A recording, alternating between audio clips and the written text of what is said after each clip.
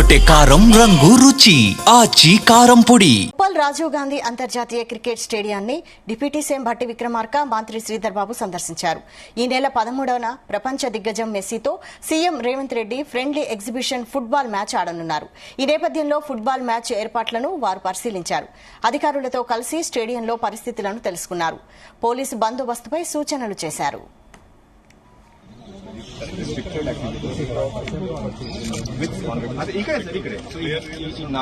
నాలుగు ఏరియాలో వాళ్ళకు ట్రైనింగ్ ఇస్తారు sir. That much. We got 15 parking spots around. And they have to talk to them.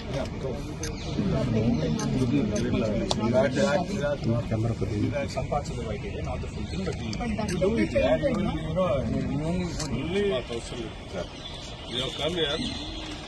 What all yours? One.